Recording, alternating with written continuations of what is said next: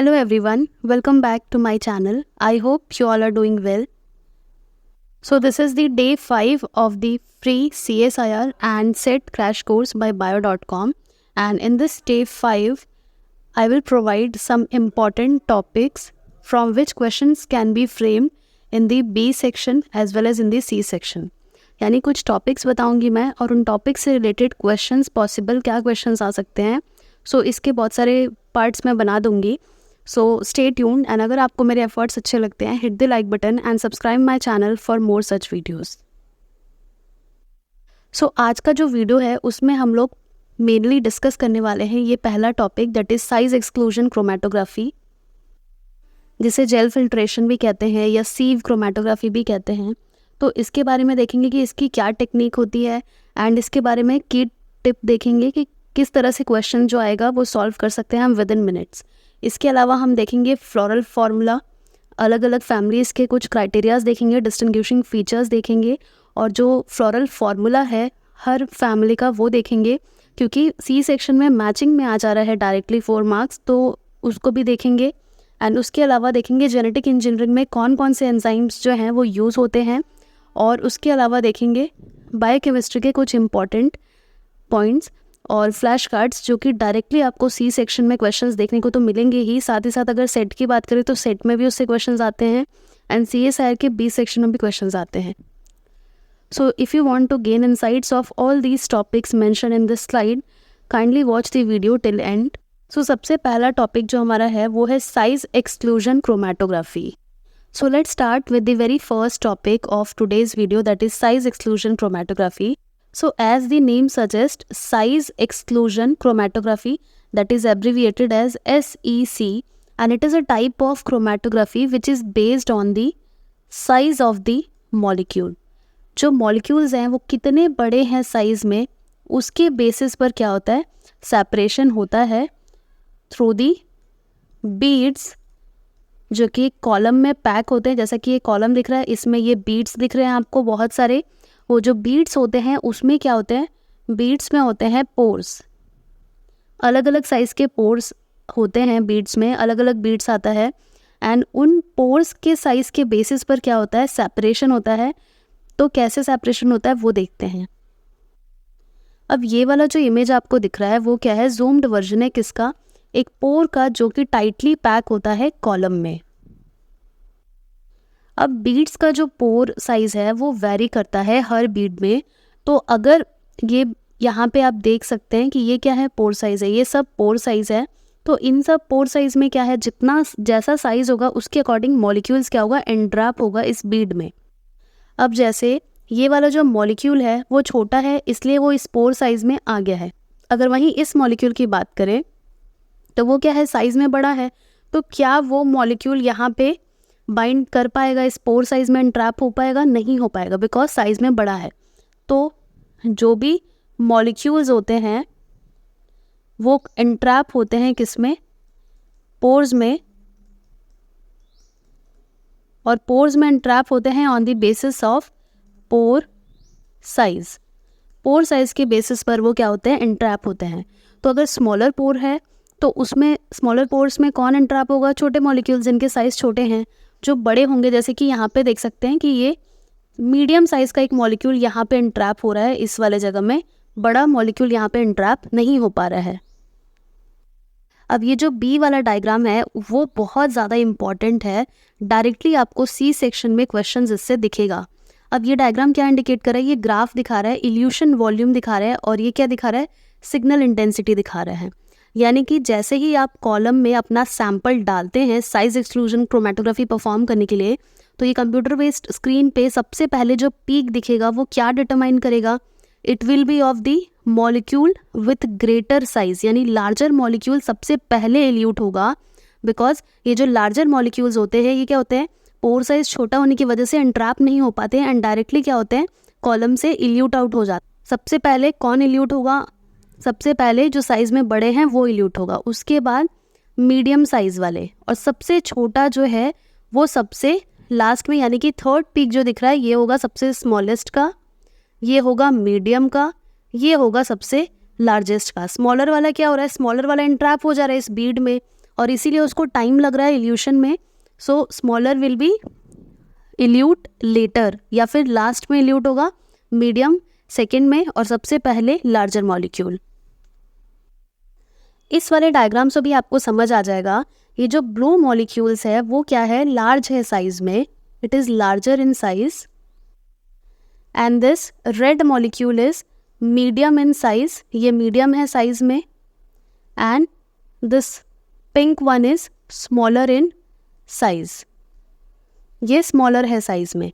तो अब अगर हम लोग इनके इल्यूशन प्रोफाइल की बात करें, यानी अगर एक कॉलम से हम इन्हें पास कर रहे हैं साइज एक्सक्लूजन क्रोमेटोग्राफी से, यानी उसमें ऐसे बीड्स है जिसमें पोर साइज हैं, तो कौन सा सबसे पहले इल्यूट आउट होगा?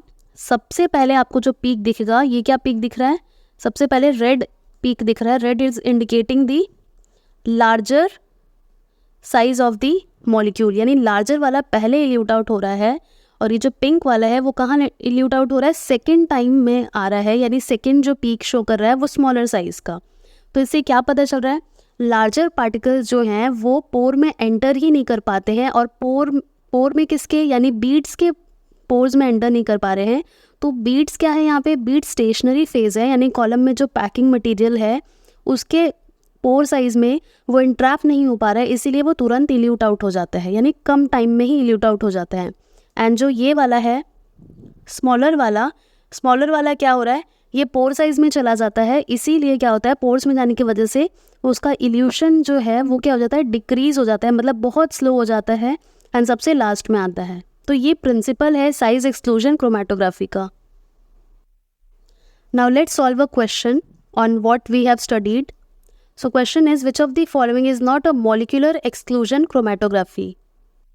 सो आप इस टाइप के क्वेश्चंस ऑड वन आउट वाले ट्रिक से भी सॉल्व कर सकते हैं. कैसे सॉल्व कर सकते हैं? जैसे ये जो साइज एक्सक्लूजन है, जेल फिल्ट्रेशन है, मॉलिक्यूलर सीव है, आपको पता होगा ये तीनों जो टर्म है वो किसके लिए हैं? साइज एक्सक्लूजन क्रोमेटोग्राफी के ही सिनोनिमस टर्म है. एंड अगर आपको ये नहीं भी पता हो तो आपको इन तीनों को देख के क्या है, ये तीनों एक दूसरे से रिलेटेड है, मिलता जुलता है. एंड ये जो लास्ट ऑप्शन है एड्जॉर्प्शन, वो क्या है? वो अलग है. एड्जॉर्प्शन का कोई रोल नहीं है यहाँ पे साइज के बेसिस पे सेपरेशन में, इसीलिए यहाँ पे आंसर क्या हो जाएगा? Answer will be adsorption, because size exclusion, gel filtration and molecular sieve, ये तीनों किसके नाम है? साइज एक्सक्लूजन क्रोमेटोग्राफी के ही सिनोनिमस टर्म है. Now one more question which is diagrammatic based. Consider the following images as a hypothetical demonstration of gel exclusion chromatography. If the protein is same as shown in the image, determine the order of the elution from first to last. अब इन सब question में पहले sequence ध्यान देना है. क्या बोला है? फर्स्ट से लास्ट में कौन इल्यूट होगा, यानी सबसे पहले इल्यूट कौन होगा. और ये जो डायग्राम है आपको कंसिडर करना है कि ये जो मॉलिक्यूल्स दिख रहे हैं प्रोटीन साइज उसके अकॉर्डिंग ही है जैसा कि इमेज में शो हो रहा है. तो अब देख के ही पता चल रहा है कि सबसे लार्ज कौन सा है साइज में? सबसे लार्ज ये ए वाला है. तो सबसे पहले इल्यूट कौन सा होगा? ए वाला होगा, यानी फर्स्ट में इल्यूशन किसका हो गया? फर्स्ट में इल्यूशन ए का हो गया. उसके बाद सेकंड कौन दिख रहा है आपको? बड़ा डी दिख रहा है. ए के बाद डी, तो डी इल्यूट आउट होगा. उसके बाद सी होगा कि बी होगा? बी होगा, because B is greater than C in size, तो बी. और उसके बाद कौन सा होगा? सी होगा. So because C is smaller, ये स्मॉलर है और सबसे लार्जर था ए, तो ये हमारा सीक्वेंस रहेगा ए डी बी सी. कौन सा ऑप्शन मैच हो रहा है? तो ऑप्शन सी हमारा मैच हो रहा है. तो करेक्ट आंसर इसका क्या होगा? ऑप्शन सी.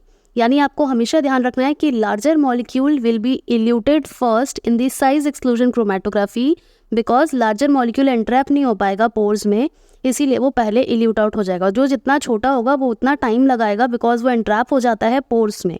तो ये कॉन्सेप्ट अगर याद रहेगा तो आपको किसी भी टाइप के जेल एक्सक्लूजन वाले क्वेश्चंस बन जाएंगे. नाउ एक और question. In size exclusion chromatography what does happen? Larger molecules moves more slowly through the column. ये तो रॉन्ग है, बिकॉज लार्जर मॉलिक्यूल तो क्या होता है? फास्टली मूव होता है, क्योंकि ये एंट्रैप नहीं होता है. ये क्या होता है? स्मॉलर मॉलिक्यूल अगर ये होता तो ये करेक्ट हो जाता, तो ये गलत है. नेक्स्ट है smaller molecules moves more quickly through the column. ये भी रॉन्ग है, ये जस्ट इसका ऑपोजिट था. तो स्मॉलर मॉलिक्यूल्स क्या होते हैं? क्विकली थोड़ी मूव होते हैं, पोर्स में ट्रैप हो जाते हैं. पोर्स में इंट्रैप होने की वजह से वो क्या होता है, मूवमेंट उनका स्लो हो जाता है। यहाँ पे अगर लार्जर होता तो ये स्टेटमेंट सही होता।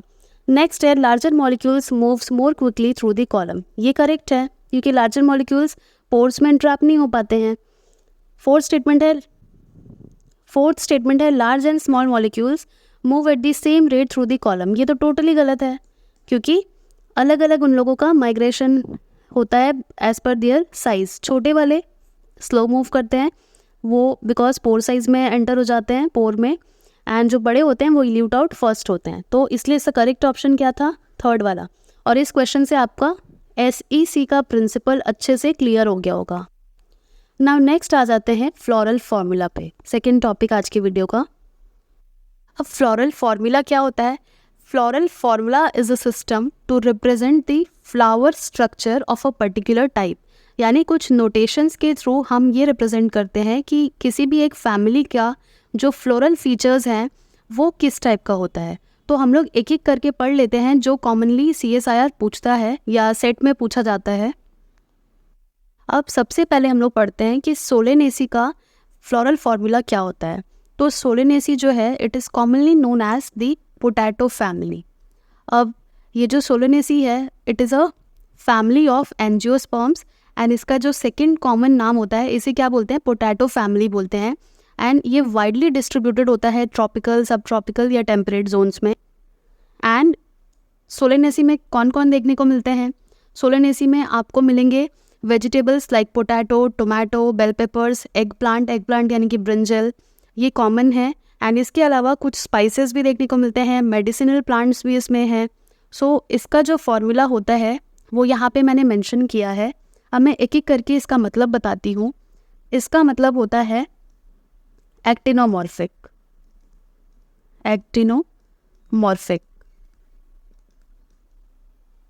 यानी ये सिमेट्री का टाइप है एक। एक्टिनोमॉर्फिक होते हैं कुछ फ्लावर्स और कुछ फ्लावर्स क्या होते हैं, जाइगोमॉर्फिक होते हैं।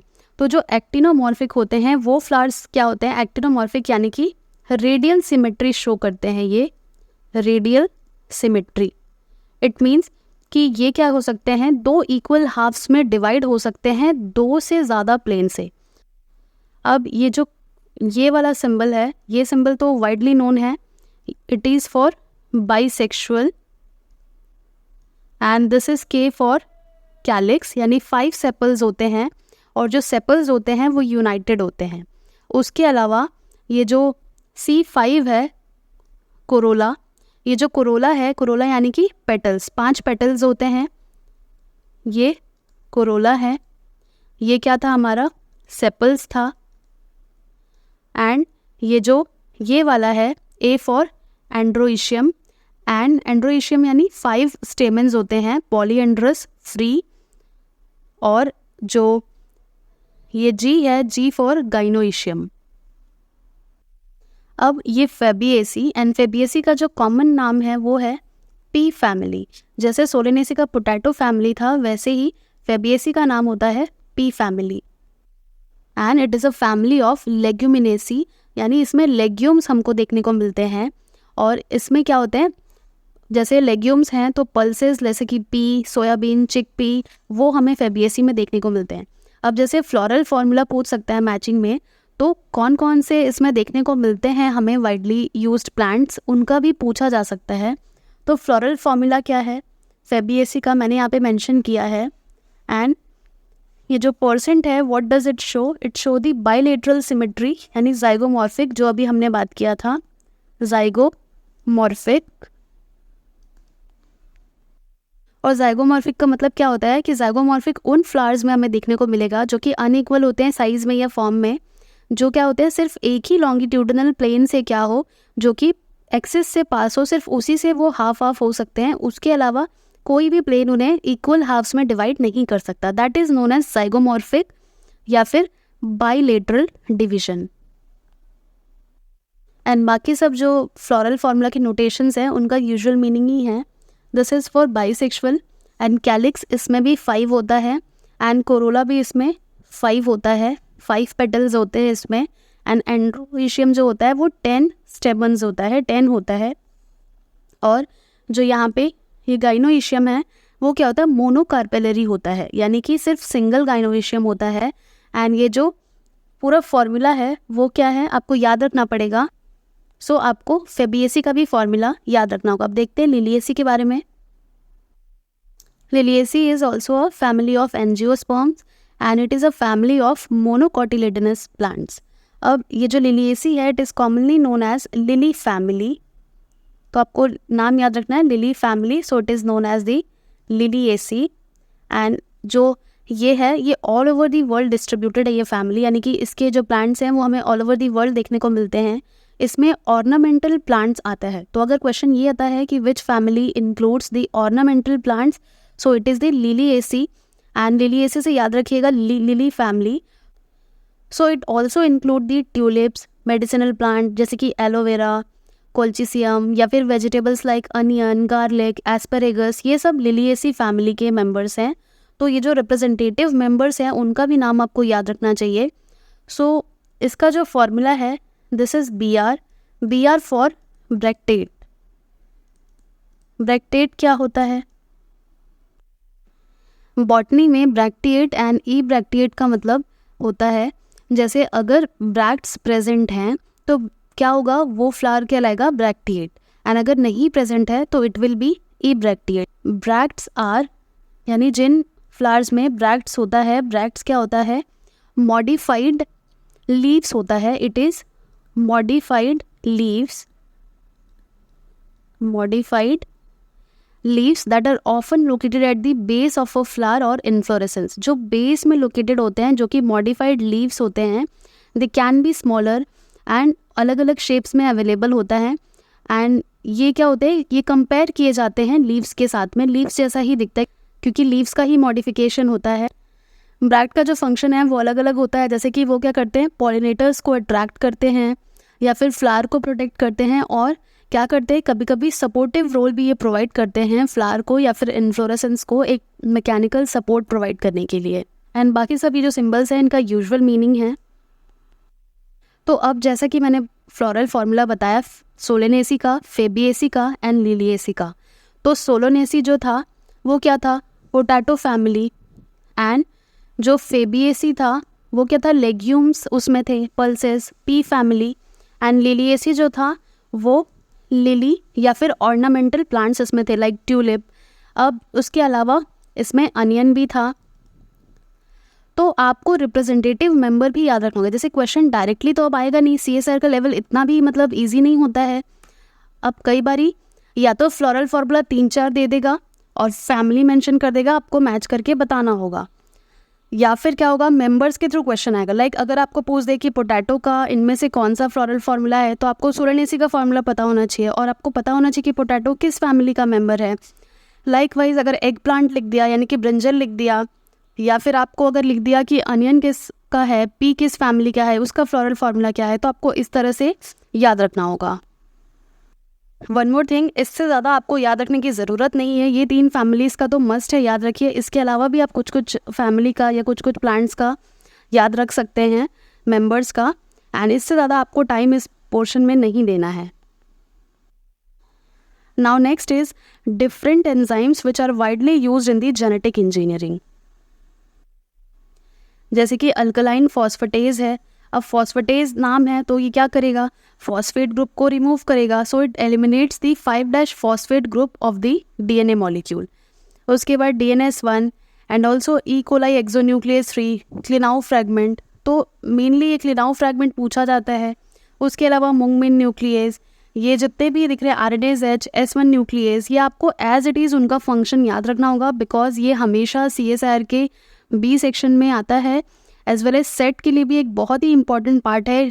100% श्योर इस पूरे चार्ट से एक ना एक फंक्शन किसी न किसी एंजाइम का पूछा जा सकता है। क्लिनाउ फ्रैगमेंट भी आपको पूछा जा सकता है।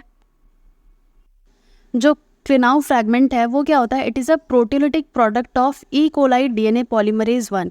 अगर पूछा जाए कि किस DNA पॉलीमरेज से ये अराइज होता है, सो it is the hydrolytic product of the DNA polymerase 1। इसमें 2 एक्टिविटीज़ होते हैं, यानी कि एक पॉलीमरेज एक्टिविटी तो होता ही है, साथ ही साथ 3' to 5' एक्सोन्यूक्लियस एक्टिविटी भी होता है, but it don't have 5' to exonuclease activity. क्योंकि ये जो फ्रैक्शन है वो क्या होता है, रिमूव हो जाता है, एंड इसी वजह से ये एक्टिविटी भी क्या हो जाती है, एलिमिनेट हो जाती है. सो क्लिनाउ fragment has 3' to 5' exonuclease activity but it lacks 5' to 3' exonuclease activity. And इसके अलावा RNase-H का role which degrades the RNA strand of the DNA RNA hybrid, ये तो हमेशा पूछा जाता है, CSIR हो, सेट हो, गेट हो. उसके अलावा S1 nucleus degrade single stranded DNA. और भी मेरे चैनल पे शॉर्ट्स हैं एंजाइम से रिलेटेड, आप उसको देख सकते हैं, बिकॉज एंजाइम से क्वेश्चंस हर बार आते हैं, चाहे वो एंजाइम जेनेटिक इंजीनियरिंग का हो. अब नेक्स्ट वीडियोस में मैं ट्रांसलेशन ट्रांसक्रिप्शन के भी एंजाइम्स बता दूंगी और उनके फैक्टर्स भी. नेक्स्ट जो क्वेश्चन आता है वो आता है वेक्टर के कैपेसिटी पे, कितने साइज़ के हम जो DNA है वो इंसर्ट कर सकते हैं अलग अलग वेक्टर्स में. सो जैसे प्लाज्मिड है, प्लाज्मिड में हम कितना इंसर्ट कर सकते हैं. इसका होस्ट होता है E. coli and it's insert capacity is about 0.1 to 10 kb, यानी सबसे स्मॉलेस्ट कैपेसिटी जो होता है वो प्लाज्मिड के पास होता है. एंड सबसे हाईएस्ट होता है human artificial chromosome, about 2000 kb का हम इस पर इंसर्ट कर सकते हैं. एंड अगर HAC को हटा दे तो ईस्ट आर्टिफिशियल क्रोमोसोम, जो शुरू से हम पढ़ते आ रहे हैं, ईस्ट आर्टिफिशियल क्रोमोसोम का होस्ट सेल होता है east and it has capacity of about 100 to 2000 insert. इसके अलावा P1 bacteriophage derived artificial chromosome, जिसका होस्ट है E. coli एंड उसका इंसर्ट कैपेसिटी होता है 100 to 300. फिर बैक है, बैक्टीरियोफेज है, P1, फॉस्मेट, कॉस्मेट, ये सब आपको याद रखना होगा. अब क्वेश्चन आएगा अगर C सेक्शन में तो मैचिंग के फॉर्म में आएगा, एंड अगर B सेक्शन में अगर सिर्फ सिंगल पूछता है तब वहाँ पे आप कंफ्यूज हो जाते हैं. सो अगर आप मैच द फॉलोइंग के लिए प्रिपेयर कर रहे हैं तो आप इंडिविजुअल भी याद रखिए, बिकॉज इंडिविजुअल भी पूछ सकता है. अब जो क्वेश्चन जहाँ से 100% चांसेस है कि क्वेश्चन आएगा ही आएगा, वो ये सेक्शन है, यानी कि अलग अलग प्रोटीएजेस से बहुत क्वेश्चंस अराइज होते हैं, यानी स्पेसिफिकली वो कहाँ क्लीव करते हैं, इस पे क्वेश्चंस बहुत सारे फ्रेम हो रहे हैं. अब जैसे ट्रिप्सिन है, trypsin favours cleaving at arginine और लाइसिन, और वो भी कार्बोक्सिल एंड वाले लाइसिन और आर्जिनिन. उसके अलावा ये जो काइमोट्रिप्सिन है वो कहाँ क्लीव करता है, phenyl alanine, tryptophan and tyrosine, और वो भी कार्बोक्सिल एंड पे. उसके अलावा आपको याद रखना है pepsin and Cyanogen bromide. Cyanogen bromide का भी बहुत पूछा जाता है, CBR करके आता है ये क्वेश्चन. तो where does CBR cleaves, so it cleaves at methionine. So आपको क्लीवेज साइड याद रखना है, यानी किस पर्टिकुलर अमीनो एसिड पे वो क्लीव करते हैं, एंड कार्बोक्सिल एंड पे करते हैं कि अमीनो टर्मिनल पे करते हैं, आपको ये भी याद रखना है. नाउ नेक्स्ट, जहाँ से क्वेश्चंस हमेशा आपको B सेक्शन में तो देखने को ही मिलेगा एंड C सेक्शन में भी, एंड सेट में भी इससे क्वेश्चंस आते हैं, यानी कौन से एलिमेंट्स को फैक्टर हैं किस एंजाइम के, इससे क्वेश्चंस बहुत आता है. जैसे कॉपर जो है वो साइटोक्रोम ऑक्सीडेज का को फैक्टर होता है, और फेरस और फेरिक जो है वो साइटोक्रोम ऑक्सीडेज, कैटलेज, इन सब का होता है. उसके अलावा potassium is for pyruvate kinase, magnesium जो है वो हेक्सोकाइनेज, जो कि ग्लाइकोलिसिस का इम्पॉर्टेंट एंजाइम है. उसके अलावा मैंगनीज आर्जिनेज का, मोलिब्डेनम डाइनाइट्रोजिनेज का, निकल is for urease, selenium is for glutathione peroxidase, and zinc is for carbonic anhydrase as well as ADH, that is alcohol dehydrogenase. तो ये आपको याद होना चाहिए, बिकॉज 100% श्योर है कि इससे भी क्वेश्चन आएगा ही आएगा. एंड एक क्वेश्चन जो मैंने हमेशा देखा है कि गेट में, सेट में, या फिर कोई भी लाइफ साइंस का पेपर हो, CSR में तो आता ही आता है, तो किस पे क्वेश्चंस आते हैं, लिंकेज पे क्वेश्चंस आते हैं. यानी जो पॉलीसेकेराइड है उनके मोनोमर्स के बीच में कौन सा ग्लाइकोसिडिक लिंकेज देखने को मिलता है, इस पे 100% क्वेश्चंस आते हैं. यानी क्वेश्चंस हमेशा आते हैं डाइसेकेराइड के ग्लाइकोसिडिक बॉन्ड पे. जैसे स्टार्च है तो स्टार्च में हमें क्या देखने को मिलता है, अल्फा 1,4 मिलता है, जो कि अमाइलोज के बीच में रहता है, अनब्रांच्ड जो रहता है, एंड ब्रांचिंग दिखता है हमको ड्यू टू अमाइलोपेक्टिन. अल्फा 1,6 से हमें हमेशा ब्रांचिंग दिखता है, अल्फा 1,6 बॉन्ड भी होता है, अल्फा 1,4 भी होता है. ग्लाइकोजन में भी अल्फा 1,4 होता है एंड ब्रांचिंग होता है अल्फा 1,6 पे. सेल्यूलोज जो होता है which is degraded by cellulase, and ये होमोपॉलीसेकेराइड है, यानी सेम मोनोमर से बनता है, एंड इसमें बीटा 1,4 लिंकेज होता है. काइटिन हो गया.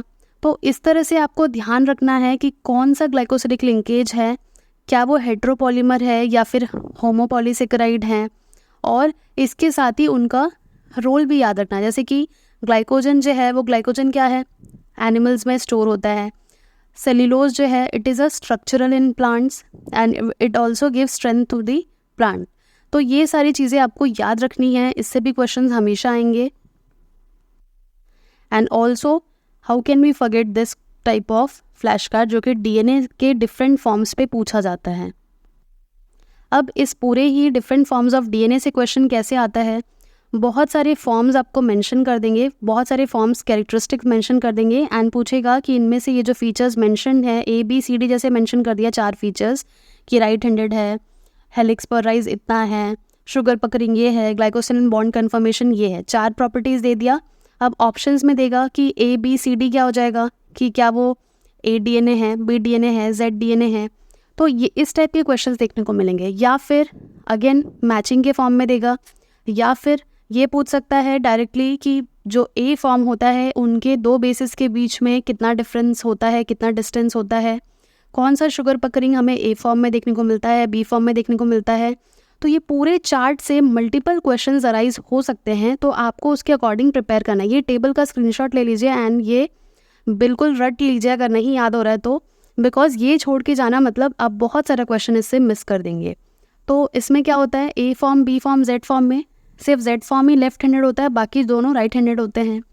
और अगर बेसिस की बात करें, पर हेलिकल टर्न कितने बेसिस होते हैं, तो it is 11 in A form, 10.5 in B form and 12 in Z form. सबसे ज़्यादा किस में होता है, 12। तो वैसे याद रख लीजिए कि Z फॉर्म में होता है, Z फॉर्म लेफ्ट हैंडेड होता है। एंड अगर हम बात करें ग्लाइकोसिल बॉन्ड कन्फर्मेशन की, तो it is NT in A, again NT in B and NT for pyrimidine in Z form and syn for purine, ये भी याद रखना है।